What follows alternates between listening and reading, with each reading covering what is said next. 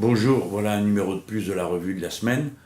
Le précédent a bien marché, les autres aussi, donc je continue avec obstination, puisque ça a l'air de vous intéresser et ça aide beaucoup de gens à comprendre un peu mieux ce qui s'est passé pendant la semaine.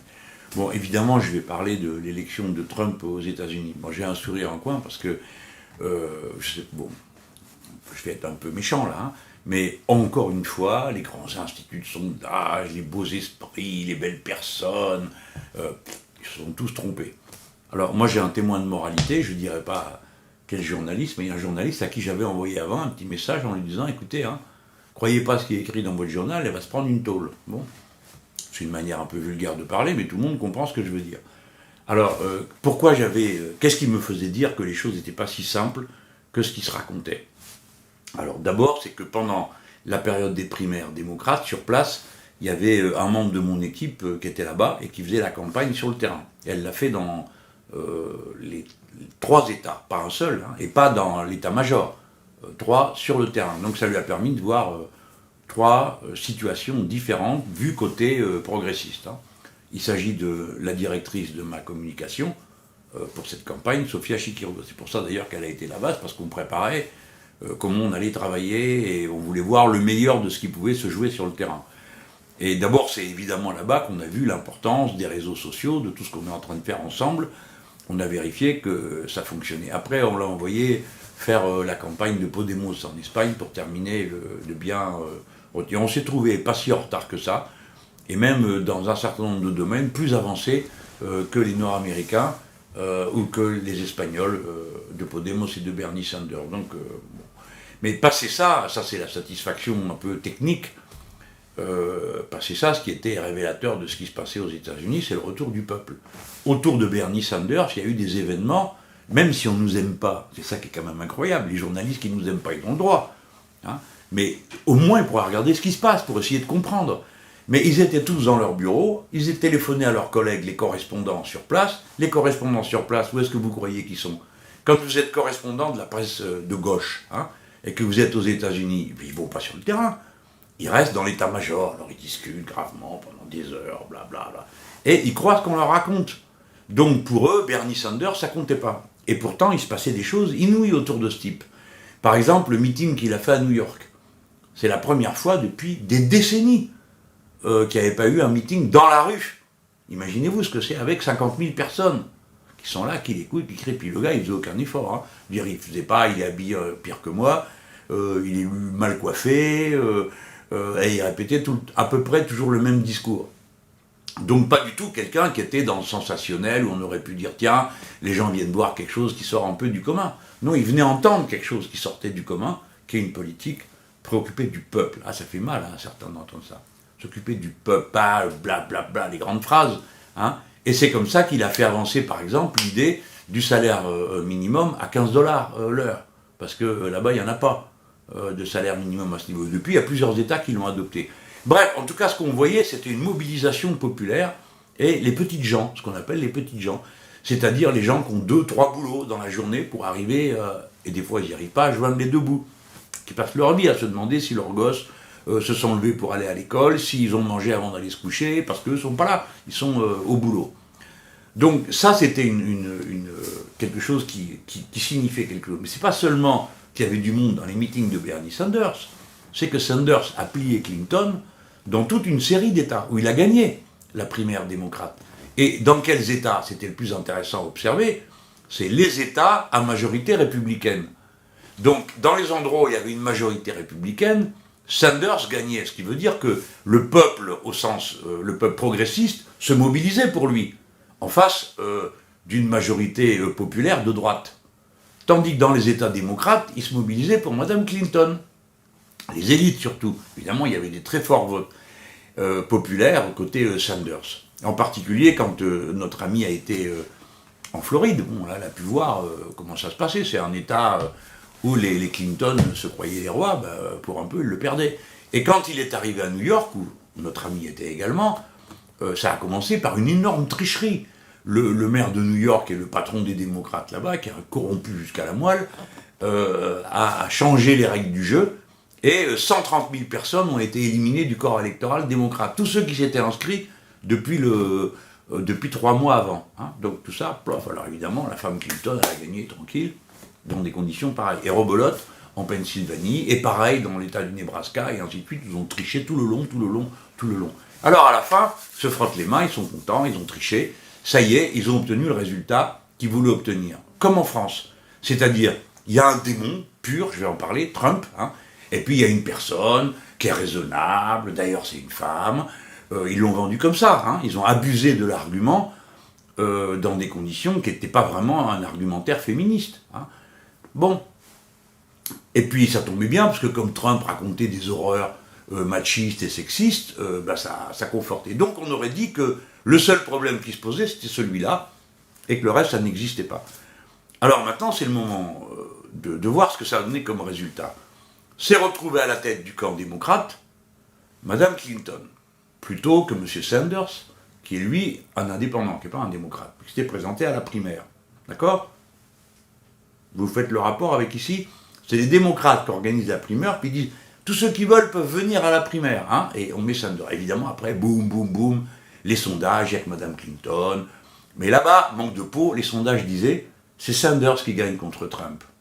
De tout ça, vous n'en avez pas entendu parler dans la presse française. La presse française, les primaires n'étaient pas terminées, vous aviez déjà Libération, toujours aux avant-postes pour dire le match se met en place, c'est Clinton-Trump, alors que c'est pas vrai. Moi, je me rappelle des discussions que j'ai eues avec des journalistes, je leur disais, mais vous êtes fous de faire ça, vous regardez plus ce qui se passe, vous êtes en train de prendre vos désirs pour des réalités, ok ? Vous voulez que Mme Clinton soit la candidate, on peut le comprendre, mais regardez au moins ce qui se passe autour. Donc, ils ont réussi leur tour de force, c'est-à-dire, le peuple n'avait plus qu'un choix, voter pour une milliardaire, Mme Clinton, qui se contrefout de leurs problèmes, qui a méprisé, injurié, invisibilisé, triché contre Sanders, hein, et t'as pas le choix. Tu es obligé de voter pour elle, parce que c'est elle qui a gagné la primaire. Et Sanders a accepté la règle du jeu, lui. C'est-à-dire qu'il a été à la primaire, il perd, il y a eu triche, mais il dit, bon, je reconnais, j'ai perdu. Mais bon, c'est une chose que Sanders ait baissé pavillon à cette occasion, mais les gens qui ont eu confiance en lui, les gens qui sont mobilisés pour lui, qui ont fait campagne et tout, ils font ce qu'ils veulent. On dit, bon, c'est pas Sanders, c'est Mme Clinton, voilà. Moi, je vote pas pour quelqu'un que je considère comme une corrompue. Je vote pas pour une millionnaire, je vote pas pour une milliardaire. Elle a des rapports super suspects avec toutes les grandes entreprises du pays. Elle ne s'intéresse pas à nous, elle fait ce qu'elle veut, j'y vais pas. Plein de gens se sont dit ça. Je n'invente pas, c'est dans le résultat.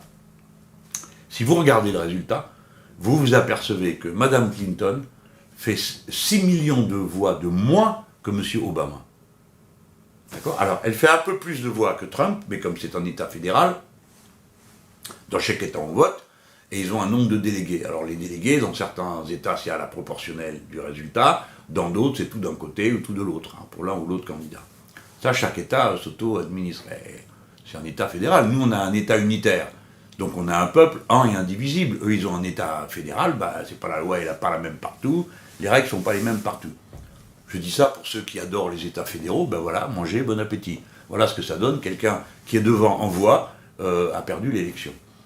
Donc, vous voyez bien que si elle a perdu, c'est parce que des gens ne se sont pas mobilisés pour elle, qui auraient dû le faire. Et pourquoi ils ne l'ont pas fait ? Voilà la question qu'il faudrait se poser. Vous croyez qu'ils se la posent ? Pas du tout. C'est reparti. Trump, Trump a été élu par des imbéciles, ceci, cela, les gros bœufs blancs, nord-américains. Mais non, Trump, c'est la droite décomplexée. Donc il a obtenu la voix des racistes, sexistes, machistes, ils sont tous comme ça. Donc il n'y a pas de différence. Il a récupéré les voix traditionnelles de l'électorat républicain, plus les hommes et les femmes là-bas qui sont ni machistes, ni racistes, ni sexistes, mais qui sont de droite, quoi. Bon, ils ne vont pas voter pour quelqu'un dont on leur dit c'est la gauche, et en plus elle est corrompue, et en plus elle ne respecte pas la loi fédérale sur la défense et tout. Les gens se sont mobilisés, ils sont dit, on ne veut pas de cette femme non plus, on préfère voter pour M. Trump. Trump, il a retrouvé les voix du républicain de l'élection précédente. D'accord ? Qu'est-ce qu'il vous faut de plus comme démonstration ? Vous avez compris ? Cette femme a empêché la mobilisation populaire. Elle, la Clinton, s'ils ont perdu, si Trump a gagné, c'est à cause des Clinton. C'est à cause de cette ligne politique. Et le premier Clintonien de France, en 1983-84, c'était déjà Hollande. Il écrivait des textes qui était la copie des textes des Clinton aux États-Unis. Et après en Europe, ça a donné Blair, un Clintonien, Schroeder, un autre Clintonien. Et Bill Clinton, en personne, venait tenir des réunions en Europe, ça s'appelait les sommets des modernisateurs. Vous aviez le communiste d'Alema, italien, les socialistes allemands, espagnols, qui étaient là, autour de lui. Alors en plus, c'était nul, parce que il faisait des couplets, Blair, mais qui étaient à pleurer, sur Monsieur Clinton, grâce à qui l'horizon s'est éclairci, des numéros de culte de la personnalité, pas possible.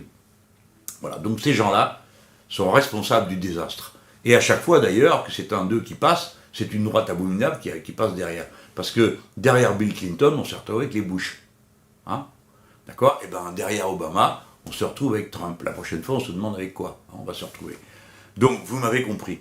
Cette femme a bloqué la mobilisation populaire. C'est exactement le problème que nous avons dans notre pays. C'est la même chose. C'est la même situation. Quant à Trump, il a remobilisé la droite. Mais il faut aller plus loin. Il ne faut pas en rester aux étiquettes, la droite, la gauche. Parce que c'est pas ça qui s'est joué. Trump, il n'a pas fait campagne qu'avec des injures racistes et sexistes. Ça, c'est les parfumés qui croient ça. Ils n'écoutent pas le reste du discours. Oh, il a dit ça. Oh, c'est affreux. Hein, ils ne regardent pas le reste. Et le reste, qu'est-ce qu'il a dit? Il leur a dit, terminez les traités de libre-échange. Réindustrialisation du pays. On arrête de faire la guerre sur la terre entière. Mais les gens, ils entendent ça. C'est ça qu'ils ont entendu. Quand vous avez 3 boulots pour arriver à vous payer votre salaire à la fin du mois et que vous y arrivez à peine, c'est ça que vous entendez. Vous n'écoutez pas les injures racistes ou sexistes. Les gars, ils s'en fichent. C'est pas leur problème. Ceux-là, hein, ils sont de droite. Américains en plus. Donc ils n'écoutent pas. Ça, ils s'en foutent. Eux aussi, ils sont racistes et sexistes. Une partie d'entre eux, c'est pas un sujet pour eux. Mais par contre, c'est un sujet, la ligne politique. C'est un sujet, la paye. C'est un sujet, le boulot. Vous comprenez? C'est ça qui s'est joué. C'est pas le choc des étiquettes, les bien-pensants contre les autres. Et en France, ça sera pareil. Si quand vous dites la gauche, c'est pour entendre Hollande, Valls, Montebourg, je sais pas quoi encore, bon, que dès que vous ouvrez leur programme, qu'ils soient d'un côté ou de l'autre, ils racontent tous des horreurs, ben les gens n'iront pas pour aller voter pour eux. C'est évident. Voilà pourquoi, moi, il faut que je tienne bon. Il faut pas que j'aille dans leur machine à déchiqueter. Je me soumettrai pas à leur vote. Je me soumettrai qu'au vote du peuple français. Le reste, je ne veux pas en entendre parler. Voilà pourquoi je le fais. Les étiquettes, je m'en fiche. Ce que je veux qu'on entende, c'est pas que je suis un homme qui vient de la gauche. C'est pas ça que je veux qu'on entende. C'est ce que je raconte, ce que je propose. C'est ça qui compte. Alors, figurez-vous qu'aux États-Unis, vous avez eu le passage de la vague qui est en train de traverser le monde entier. Partout, le peuple dit ras-le-bol des politiques libre-échangistes, la concurrence libre et non faussée, blablabla, la mondialisation, la compétitivité, et toutes ces salades pour faire misérer les pauvres gens, à qui on dit, vous n'avez aucun avenir, vos enfants n'en auront pas non plus. D'ailleurs, ils n'iront pas à l'école parce que des écoles, il n'y en a plus. Et si vous voulez qu'ils apprennent quelque chose, vous paierez, etc., etc. Tout ce que vous connaissez. Vous le croyez, une chose pareille, le lendemain du vote? Qui est-ce qui s'amène et qui dit il faut construire des hôpitaux et reconstruire les routes et les ponts? C'est Trump. C'est le type de droite qui dit ça. Hein, parce que les autres, ils n'avaient même pas pensé à le dire. Forcément, ça ne les intéresse pas. Donc, c'est ça qui est passé aux États-Unis. Et il y avait déjà eu une première vague. C'est quand M. Obama a été élu. M. Obama, il a été élu par une mobilisation des déshérités des États-Unis d'Amérique. Ils se sont dit, ce gars, c'est un noir, donc il sait ce que c'est que d'être mal vu. Il sait ce que c'est que d'être discriminé. Il sait ce que c'est que d'être maltraité. Hein, bon, en fait, il ne savait pas, puisque la preuve, c'est qu'il n'a rien fait, ou presque. Voilà ce qui s'est passé aux États-Unis d'Amérique. Et la vague, elle était passée avant en Amérique latine. C'était la même. Et elle est en Europe. Mais à chaque fois, la vague, elle peut aller à droite ou dans le camp progressiste. Hein? Alors, la plaie pour nous, c'est qu'à droite, ça y va. Hein? Pouf! Ça va voter Le Pen, ça va voter Sarkozy, ça va voter je sais pas quoi, Juppé, alors, l'exagéré de service là. Bon. Alors ça, tant que vous voulez les gens, il y a eu un résultat Trump, qui c'est qu'on invite sur le plateau de France 2, là, Télé PS, pouf! Madame Le Pen, ça vous manquait, hein? Il y avait longtemps que vous ne l'avez pas vu, puis à chaque fois qu'ils font quelque chose à France 2, il y a un Le Peniste qui arrive. Ça vous manquait, et vous êtes servi. Ça tant que vous voulez. Mais de l'autre côté à gauche, pam, on vous bloque. Mangez du Clinton. Mais non, je veux pas, c'est une guerre. Mangez quand même. Le Hollande, Valls, Montebourg, je sais pas qui. Mangez quand même. Mais non, je veux pas. Mange quand même. T'auras droit qu'à ça. Alors les gens disent, si j'ai droit qu'à ça, je reste chez moi. Voilà. Ils organisent méthodiquement la déroute. Ces gens-là sont responsables de la catastrophe. Et maintenant, vous avez vu comment ils ont changé de ton? Tout d'un coup, hein, que quand leur maître américain parle, alors là, ça y est, hein, tant qu'ils reprennent tous le pli. Hein. Pour ça, je vous dis, vous verrez, Trump, ça ne fera pas d'histoire. On va lui dire, monsieur le président, c'est là qu'on a les laisses pour tenir les caniches. Oh, formidable, il va tirer sur les laisses. Et tous les caniches obéiront. Voilà, comme d'habitude. Parce que vous vous rappelez qu'ils aient beaucoup protesté sous Bush. Bouche fermée. En France, le parti atlantiste est aux ordres. Alors là, il est un peu indigné, parce que quand même, être représenté par un type comme Trump, ça leur fait mal à la gorge. Hein. Mais vous allez voir, ils vont bien avaler. Ça va passer. Ces gens sont très dangereux. Je ne peux pas conclure sans vous dire que maintenant, on est 46 500, donc on va finir par arriver à 50 000. Si cette chaîne vous plaît, bah, abonnez-vous, s'il vous plaît. Mais avant ça, il y a déjà quelque chose à faire. Vous cliquez le petit pouce bleu, hein, parce que comme ça aide à la booster, comme on dit, hein, pour qu'elle monte dans la diffusion, en fait, pour qu'elle soit présentée à davantage de monde. Voilà. Et puis, si vous voulez mettre un commentaire, ben, il est bienvenu, parce qu'on essaye d'en tenir compte pour continuer à faire avancer cette chaîne. N'oubliez pas qu'en vous abonnant, eh ben, vous me donnez des moyens de puissance qui font bien enrager mes adversaires.